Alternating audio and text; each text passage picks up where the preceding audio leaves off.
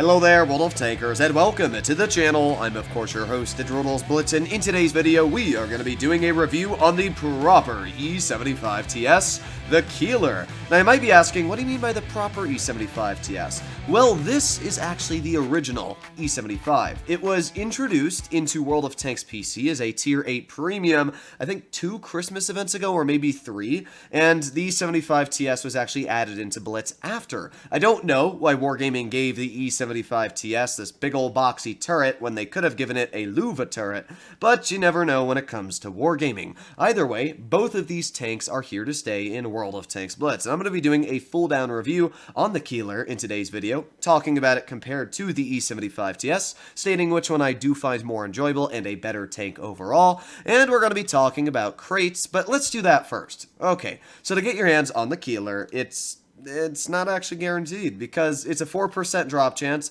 with no charms, which means that you could open up 1,000 of these crates and technically not get your hands on this vehicle if you're very unlucky. I would not suggest to get your hands on the Keiler at all while it's currently in stores because you can easily wait for this tank to come back, and it will come back. It's not like it's a broken vehicle, but I do think that it'll come back for a cheaper price tag in the future, obviously without crates, and especially when you can get your hands on a very similar tank like the E75 TS. But what are the differences between these two tanks? The E75 TS for a super heavy actually has a pretty decent chunk of damage per minute, sitting at 2,375, which is about 10% higher than the 2,168 the Keiler does carry. But there are a couple slight differences here and there. First of all, the Keiler has quite a bit more pen. Its standard is sitting at 236 and the premium is at 297 if you're running calibrated. And the E75 TS is sitting at 226 and 278.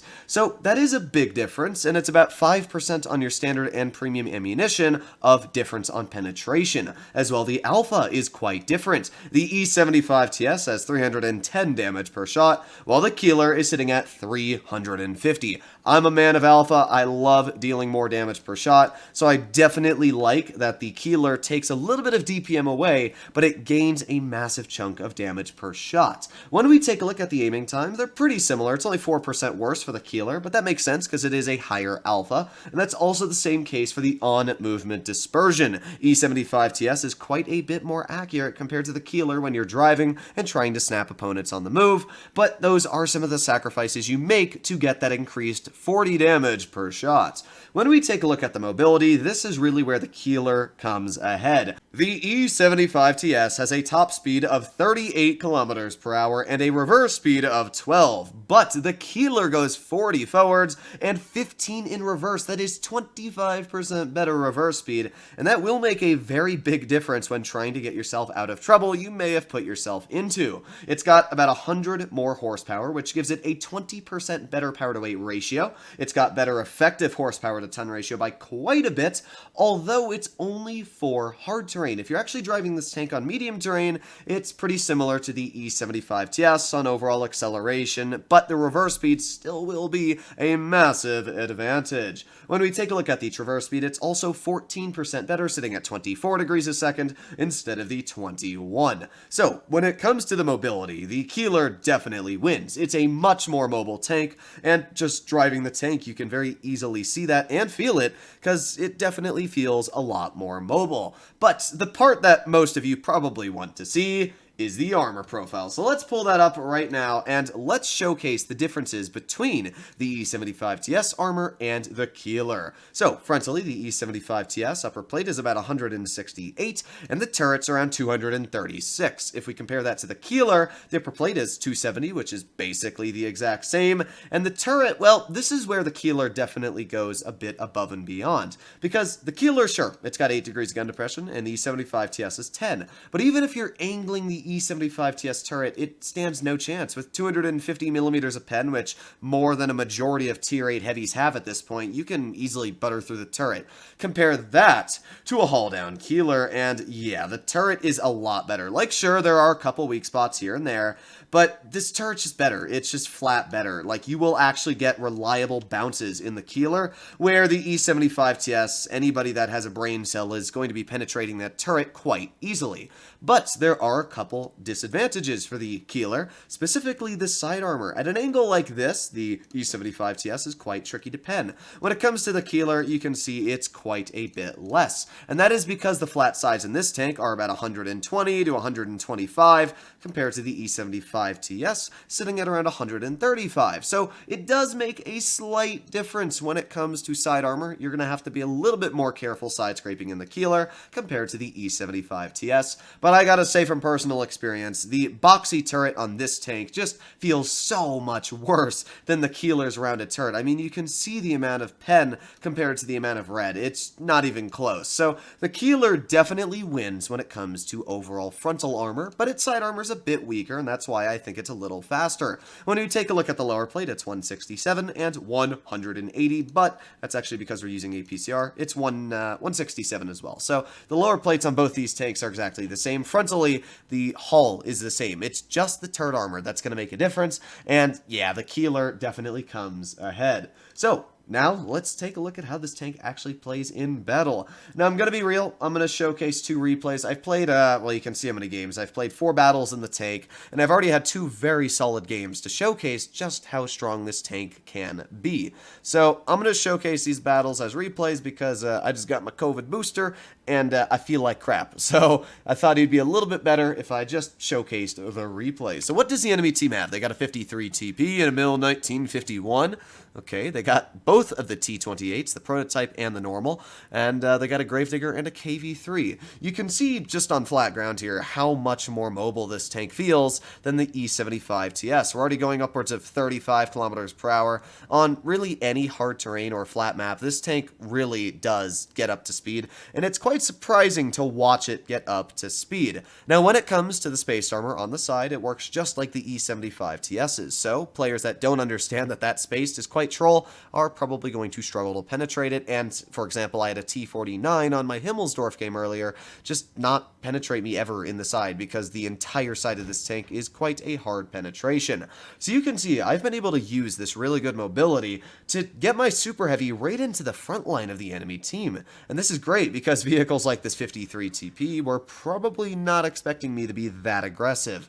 So we've already gotten a pretty nice tap of 388 out. We've got the Revelore off to the side, and ooh, maybe a shell into the Gravedigger. Well, you know what, that works just as well. 440 damage into the side of the Rev. I do love my HE damage, and this tank, with its increased alpha, I'm guessing its HE is also quite nice, although I haven't actually gotten the time to look at it yet. There you go, nice penetration right into the T28 prototype, and now you can see in this current position here, this is a really good spot for my tank, because it is literally perfectly hiding my lower plate. Like, I could not have lined this up any better, and that's amazing. I mean, I thought this spot would work, so I rushed very aggressive in there, and nice, we get a bounce from the T28 prototype. Unfortunately, we do get penned by the 53 TP and Rev, but that's because they do have the opportunity to shoot into my side armor and the lower plate, because I was trying to angle against 3 vehicles. But here we go, get right into that face-hugging position again, and, well, you saw the 53 TP did not want to fight me. Let's get a nice tap right into the Rev for 370,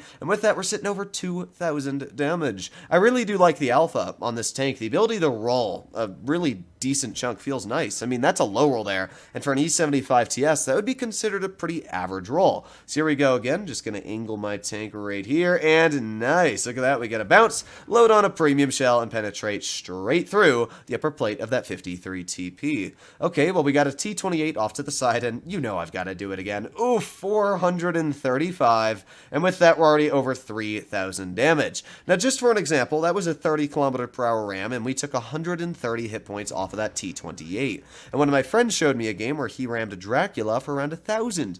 I can very easily see this tank being an insane rammer, judging that it's quite heavy. It weighs around 80 tons, and with that decent mobility, yeah, I would be a little scared of this tank if I saw it rolling around the corner at 40 kilometers per hour with 80 tons of weight behind it. So, not a bad battle at all. 3,359 damage, and maybe, just maybe, fire! There you go. We get the clear on the KV3, breaking 3,400. Alright, not bad at all. Finding our way onto the second battle, we are on Ghost Factory. Now, I like Ghost Factory. It's definitely not one of my favorite maps, but it's a map that as long as you understand what you're doing and you stick with the team, you should do pretty decent. So I'm going to drive straight into base B. I think that'll be a pretty good spot for a vehicle like the E75TS, especially if the enemy team tries to also get into their base cap, which would be C, very aggressively. Well, you're going to see what I'm able to get away with in this battle, and this is a perfect example to why the Keiler is just as good as the E75TS, if not a little better due to that alpha. So I was thinking, do I want to capture this base? Nah, we're just going to drive straight in. There's the 53 TP, and look at that. We are already right into their front line. And I'm just going to side scrape. We're going to aim it on the 53 TP. Oh, boop. There you go. Nice tap for 373. I really did not want to shoot that IS, judging that I don't even know if the IS can pen me with standard shells in the lower plate. So I'm just going to kind of chill here. We're going to keep aiming in on where the 53 TP would be.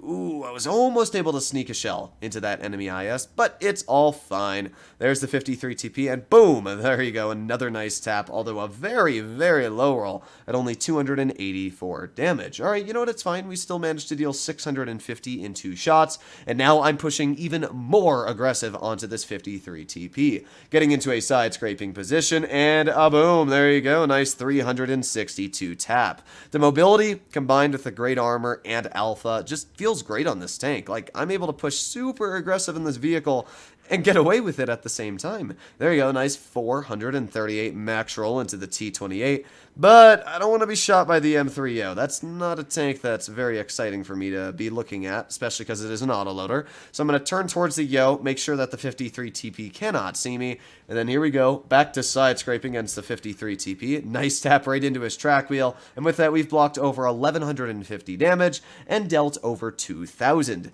I mean, the armor on this tank is just nice. It's really nice. And when you pair that with the mobility, plus the alpha, and the amazing penetration, I gotta personally say I enjoy this tank a lot more than the E75TS. Now, this doesn't necessarily mean the E75TS by any means is a bad vehicle, and judging that this tank is in crates, you should not buy it whatsoever. But it is a very enjoyable tank to drive, and if it does come out cheaper in the future, definitely a tank that might be on your radar. So here we go, we got the Yo, let's aim in right onto his rear with an HE. Ooh, 405 damage. That's gonna break our 3000 damage barrier. I really wanted to see how well this thing could ram. Unfortunately, he gets shot by that IS-2 right before we were able to do it, but I bet it would have been a very, very big chunk of damage, probably enough to kill him. And boop, there you go, right into the M41D. So there you go, 2 very strong battles out of the 4 games I've played in this tank so far. I think the worst battle I've had was 2800 damage, which showcases just how strong this tank can definitely be. It is a better tank than the E75TS. It's not up for discussion. It's faster, it's got a better turret, and the frontal armor is the same. So when you can have all these benefits and the only real downside you have is a little bit worse DPM, but you gain that alpha, it's really just an extremely solid tank. So 75% and 3100 average damage. Hopefully you enjoyed today's video, and I'll be seeing you in the next one. Bye-bye!